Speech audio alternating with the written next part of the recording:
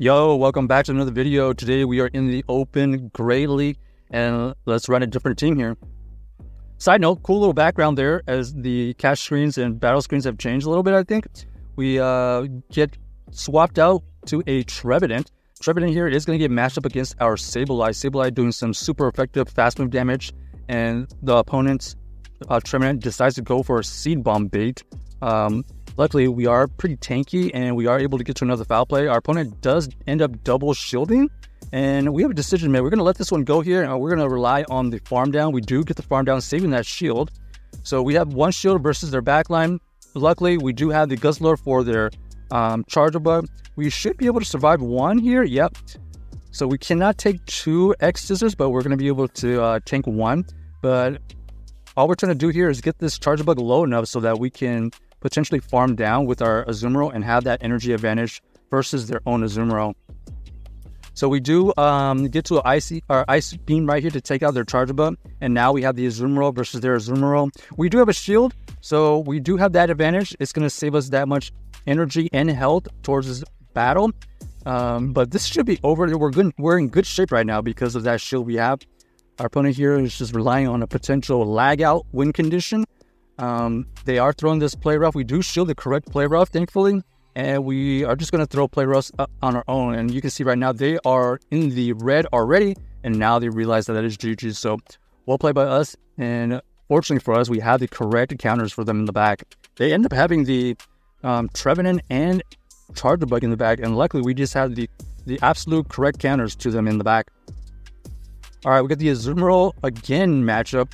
We're going to stay in. Our opponent here is also staying in. This matchup right here is your classic tank versus tank. They are going to have the play rough. They are able to win the CAP tie right there, so good to note.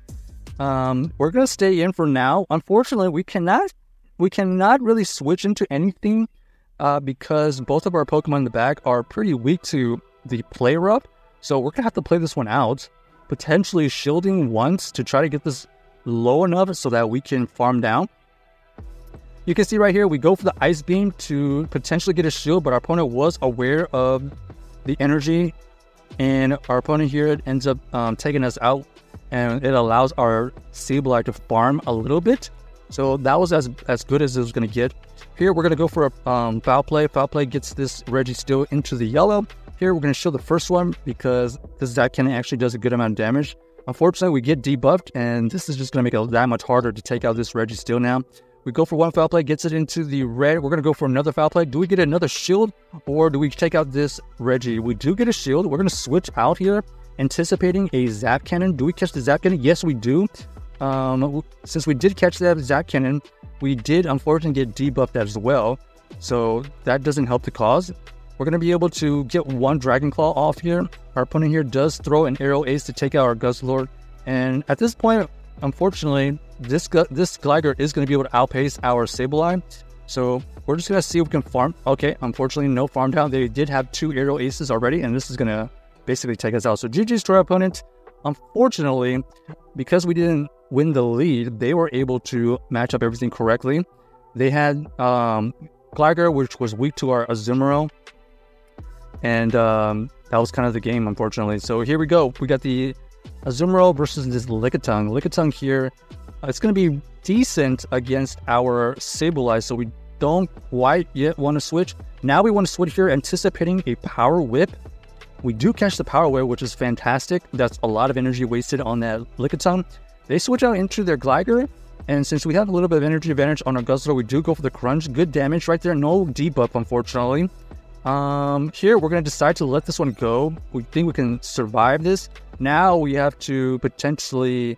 Okay, we're just going to let this one go and farm down with our Azumarill and hope that the energy we gain from farming down this Gligar is going to be able to take out their Lickitung. Anticipating Lickitung to come back in. Okay, no Lickitung. They do switch out into the Lantern. Lantern here has the energy advantage, but we do have the shield advantage. So we're going to shield once here. Oh, actually, no shield advantage. Excuse me. We had shield tie. They do have the energy advantage, though. Now they switch out into their Lickitung here after we use some energy. We're going to be able to get to another foul play. We're trying to get to another foul play at this point. Our opponent here does throw a move, ends up being the Power Whip. We are able to survive that Power Whip. We're going to throw this foul play here to try to get that last shield, but unfortunately our opponent is aware of the situation. They let it go, and now we have this Azumarill versus this Lantern, which is not great for us. Gonna go for this shield here just to play this one out. Oh, they actually had double serve, so not going to be able to win this game, especially with this Lantern lurking in the back. Lantern did end up avoiding our Guzzlord and mostly our Sableye. So, unfortunately for us, we're going to try to switch out one Pokemon here. The Guzzlord not quite working to our liking here, so we're just going to switch out the Guzzlord into this Goodra. The Goodra here takes care of the Lanterns and some of the Gliders a little bit better. Okay, so we got the Dugong versus the Azumarill. At least the Azumarill we have right now has the potential to throw this Play Rough. They go for the Icy Wind first, but we're going to stay in and we're going to throw this Play Rough that is debuffed anyways. Here we are definitely not going to switch out because we don't want this Dugong on our Goodra, and Sableye has only an okay matchup. So you can see right here, we're going to go for another Play Rough, taking this Dugong into the yellow, which is not bad considering we did get debuffed. They go for a Drill Run right here, taking us into the red. We're going to try to throw on good timing. We go for another Play Rough. This Play Rough does take out the Dugong, so Azumarill taking out the Dugong, which is ideal. They're going to switch out into their Stunfisk. We're going to switch out into our Sableye immediately, not allowing them to farm us. They go for the Rock Slide. We were aware of that, and now we see the Altaria versus the Sableye. We do get a shield from our opponent, and our opponent here is able to snipe some energy before we can get to a move. At least we have the shield advantage right now. We potentially could come in with our Zoomer here trying to get to an Ice Beam, and we're hoping that the bulk of a Zoomer allows us to get there, and that's exactly what happens. We are able to get to this Ice Beam, getting this last shield, which is great. We're going to be able to come in with our Goodra here, shielding this easy shield, and looking for a farm down, trying to get to, okay, our opponent does switch out eventually. We're trying to get to multiple Aqua Tails right here. One Aqua Tail goes through, takes it into the yellow. We know that we have to shield here because we can get to this Aqua Tail pretty soon. Will this Aqua Tail take out this Stunfisk at this range? Yeah, no, not quite. The Dragon Breath takes it out, and we are able to clean up the game with the Goodra at the end right there. So GG's to our opponent. Nice adjustment. Switching out that Guzzlord for that Goodra just a little bit better against some of these ground types that we're seeing, and able to close the game much better. All right, we got the Dugong again versus the Azumarill. We're just going to play this one out similarly, as we don't want to switch out, as our Goodra does not want to see this ice. So they go for the Icy Wind. We're going to go for this Play Rough, doing a good amount of neutral damage. Our opponent here is going to be able to get to another move. Let's see what they throw. Another Icy Wind. So they're trying to really debuff our attacks here.